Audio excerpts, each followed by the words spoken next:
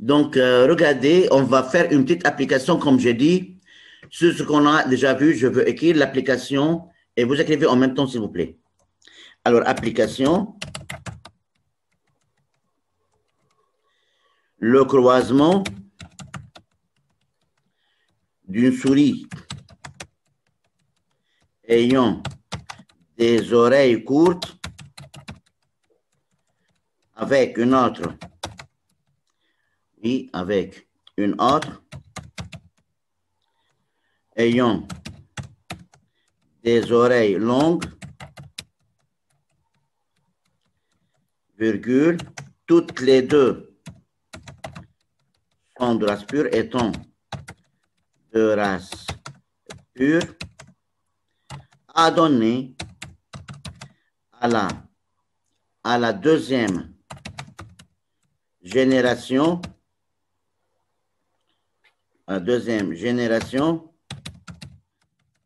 100%, désolé, 75% oreilles longues, oreilles courtes, et 25% oreilles longues. Bon. Alors, c'est une application, comme j'ai dit, le croisement d'une souris ayant des oreilles courtes avec une autre ayant des oreilles longues, toutes les deux étant de race pure. Ce croisement a donné à la première génération 75% des oreilles longues et, 75% des oreilles courtes et 25% oreilles longues. Maintenant, toutes les deux étant de race pure, bon, a donné à la première génération, je mets un peu les accents basses, non, génération, 75% oreilles courtes, c'est-à-dire des souris à oreilles courtes, et 25% des souris ayant des oreilles longues. Maintenant, toutes les questions sont posées. Toutes les questions qu'on pose, n'est-ce pas, dans un exercice, sont posées là aussi. C'est-à-dire, n'est-ce pas, A, B, C, D, A, B, C, D, E, 1, 2. Même question. Alors, dès maintenant, vous devez mettre ces questions dans la tête sans les écrire, c'est-à-dire. Bon, ça va tout le monde? Oui, ça va. Moi, oui. Bon, doucement, pas grave. Alors, comme je dis, j'ai le croisement d'une souris ayant des oreilles courtes avec une autre ayant des oreilles longues. Ah, monsieur, c'est un monohybridisme.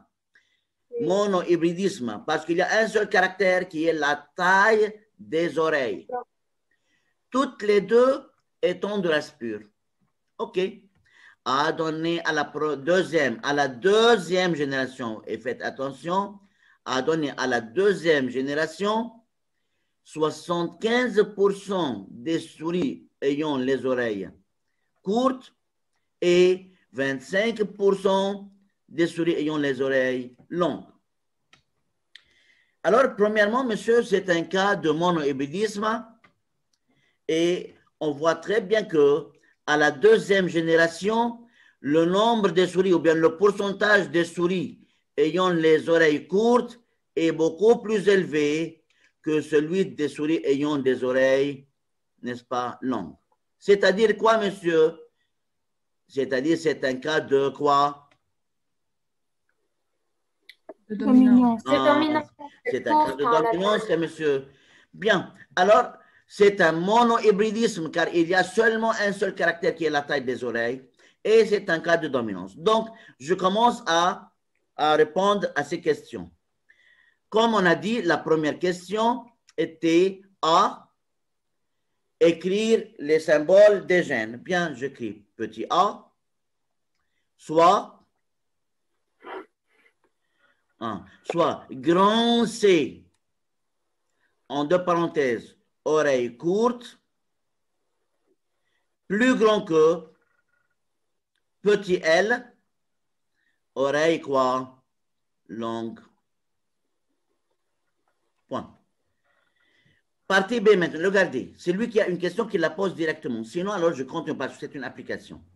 أستاذ فينا نعمل هيك أو فينا نقول إنه c'est le symbole du gène Très bien. déterminant أو فينا نكتب soit grand C, le symbole du gène déterminant le caractère, n'est-ce pas, ou bien le symbole de l'allèle, après on va voir, déterminant le caractère court dominant, n'est-ce pas, je veux écrire ça, la deuxième, n'est-ce pas, méthode. Ou bien, ou bien on peut écrire soit grand C, le symbole de l'allèle ou bien du gène, de l'allèle ou bien du gène, on va voir quelle grande différence est-il entre les deux, de l'allèle, indiquant ou bien représentant le caractère court dominant. Oui. Et quoi encore? Petit l, le symbole de l'allèle ou du gène. Et Inch'Allah, encore quelques périodes, on verra exactement la grande différence entre les deux. Mais ça dépend de leur question. S'ils demandent écrire le symbole des gènes, tu écris du gène. S'ils demandent d'écrire le symbole des allèles, tu écris de l'allèle, tout simplement. Ou bien du gène indiquant le caractère oreille longue ou bien seulement longue récessif. Bon, récessif. Monsieur, نحن عرفنا مين الريسيسيف ومين الدومينون بحسب البورسنتاج. Oui, sûrement. Yani, beaucoup, il y a, n'est-ce pas, le pourcentage des souris ayant les oreilles courtes est beaucoup plus élevé que celles ayant les oreilles longues. Oui. Oui. Bon, partie B maintenant, écrire les génotypes des parents. Normalement, comme on a écrit avant, Yani, écrire les génotypes des parents. Alors, partie B, j'écris parents de points, n'est-ce pas? Alors, souris ayant les oreilles courtes et C majuscule et de race pure. Alors, grand C, croisé avec longue, n'est-ce pas? Récessif, L minuscule et race pure. Alors, L. On met le symbole du mâle et le symbole de la femelle. C'est la partie B. La partie C, trouver les gamètes des parents. أستاذ أنا عندي سؤال. تفضل. أستاذ نحن عرفنا راس بيور لأن الدوزيام جينيراسيون طلعوا. هو il m'a dit toutes les deux étant de race pure. أوكي. Ça va حبيبتي؟ Bravo. Oui. Bon. Partie C, trouver les gamètes des parents, gamma P, toujours, n'est-ce pas, C50, c'est-à-dire C, le symbole du mâle, et 100%. Là aussi, LL, c'est L, le symbole de la femelle, et 100%. Monsieur, عندي سؤال هون. Oui. ضروري نرسم السمبول للمال ونحط بقلبها oui, toujours, oui. Exactement comme je donne. Exactement, s'il vous plaît. Hein? N'éliminez rien, s'il vous plaît. إذا كانت إبريد. Alors, on va voir, et on a vu ça. Ben, on va voir maintenant encore. C'est une application, tu vas voir. Ça va, Habibte? Oui. Oui. Alors, partie D, trouver le phénotype, ou bien trouver le génotype et le phénotype de la F1. Bon, j'écris F1, génotype. Vous savez très bien que le génotype des enfants, ou bien de la F1, vient de l'union du spermatozoïde avec l'ovocyte, c'est-à-dire C avec L. Alors, j'écris C, L. On n'écrit jamais LC, le dominant premièrement. Alors, génotype, c'est CL. C'est quoi le phénotype, monsieur? Phénotype, c'est le caractère observé. Phénotype. Cool. 100%, toutes les souris qu'on va obtenir. Parce qu'il y a le seul génotype, c'est elle. Alors, toujours, il y a des souris, n'est-ce pas? Des souris ou bien des souris, n'est-ce pas, ayant les oreilles courtes. 100%, toutes les souris, des souris ayant les oreilles courtes. Les oreilles courtes. Alors, parfois, on dit d'où la première loi de Mendel. On peut ne pas écrire. En deux parenthèses, première loi de Mendel. Monsieur, pourquoi première loi de Mendel? Car il a dit dans l'exercice que les parents sont de race pure et on a obtenu 100% uniformité à la première génération. C'est une application, ce qui prouve la première loi de Mendel, qui dit loi d'uniformité de la première génération hybride. Lorsque les parents sont de race pure, à la F1, on aura uniformité, n'est-ce pas, de la première génération. Partie E maintenant, on a croisé, oui. اللوا دو مندل لما يكون عندنا البارون راس بيور وبتطلع على الفينوتيب 100%. Exactement. C'est la première loi, oui. Merci. De rien. Ahla wa sahla. Bien. Alors, E, on a croisé les individus de la F1 ensemble, c'est-à-dire F1 croisé avec F1. Partie E, F1 croisé avec F1, c'est-à-dire CL croisé avec CL, et le mâle et la femelle. Symbole du mâle et symbole de la femelle. Tiens. Maintenant, la partie E1, trouver les gamètes de la F1 type 1. Trouver les gamètes de la F1 type gamma F1. Ça, regarde celle qui m'a demandé. Maintenant, je veux trouver les gamètes, n'est-ce pas, des individus qui sont hybrides, taban. Gamma F1. Maintenant, je divise sur 2. Maintenant, j'obtiendrai la moitié, c'est. Et l'autre moitié, c'est quoi? L. Ah, monsieur, maintenant, je n'écris pas 100%, 100% comme avant. Regardez avant. Chez les parents, CC est croisé avec LL. CC, si je divise, ça fait 50C, 50C, c'est-à-dire 100% C.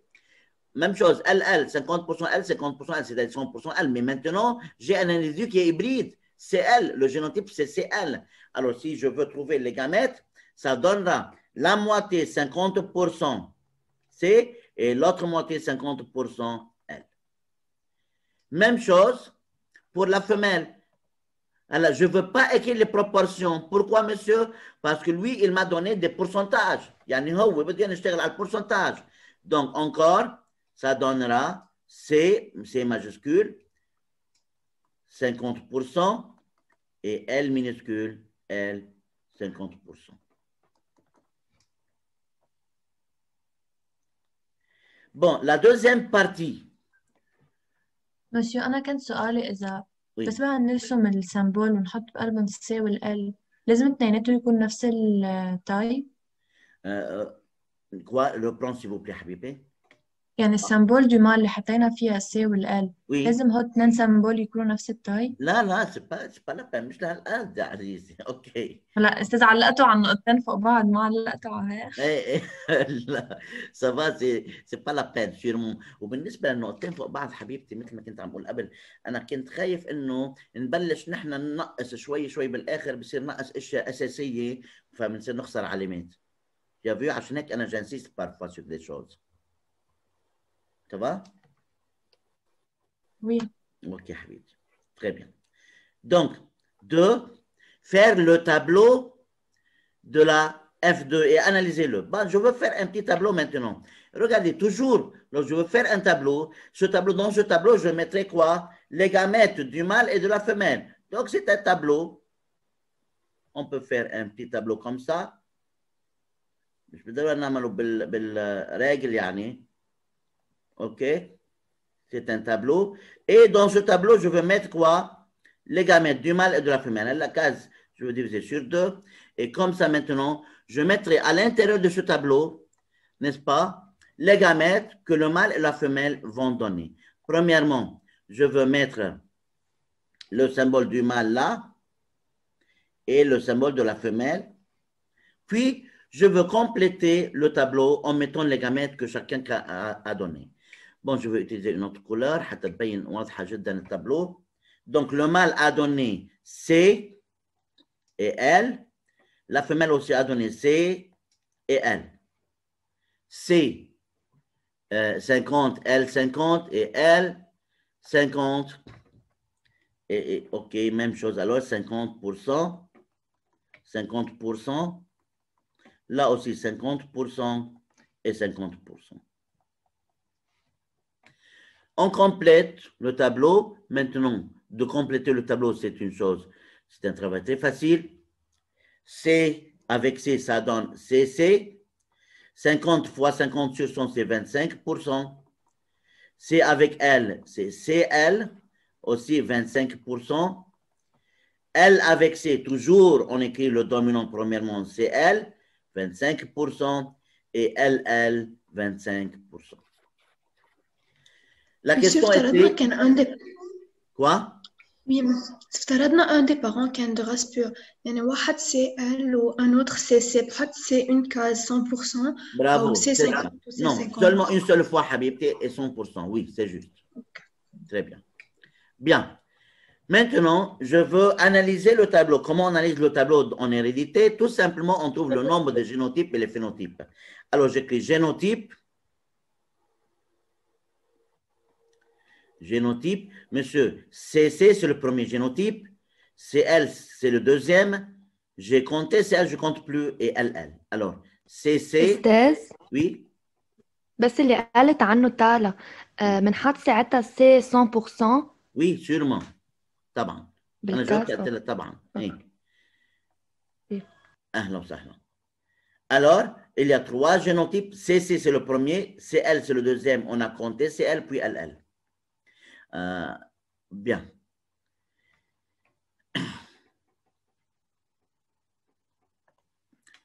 Bon, maintenant, alors, on a trouvé le nombre des génotypes. Maintenant, phénotype.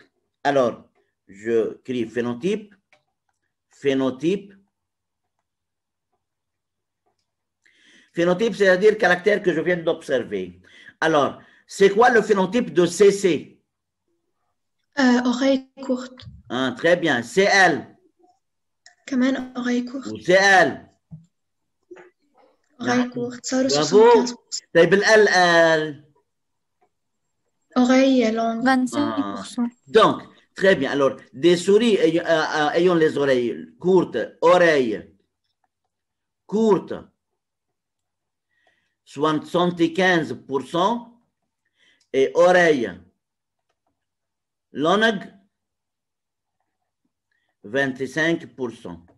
Entre deux parenthèses, ce n'est pas la peine d'écrire la deuxième loi de Mendel, parce que je veux écrire deuxième loi de Mendel. Monsieur, quoi? Quand est-ce qu'on écrit deuxième loi de Mendel? Lorsque les parents ont le même phénotype et on obtient des enfants qui le sont différents. Regardez, F1 croisé avec F1, courte avec courte, on a obtenu des souris ayant des souriceaux, ayant des oreilles longues. Hein, monsieur, loi de séparation de caractère. Pourquoi, monsieur, on a obtenu des souris ayant des oreilles longues? Parce que les parents ayant un phénotype. Ah, très bien. Parce que les parents ont caché, sont hybrides, cachent l'autre caractère. Maintenant, pourquoi j'ai dit qu'il y a l'application de la deuxième loi de Mendel?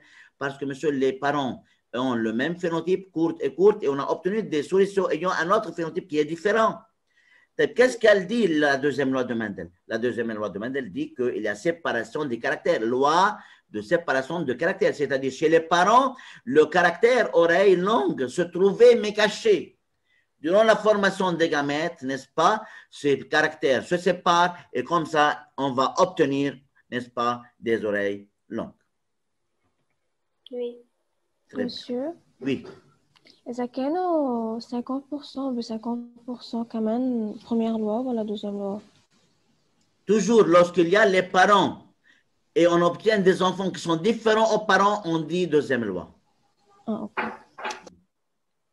Très bien. Bon, alors c'était une application. On passe directement, n'est-ce pas, à une chose un peu nouvelle.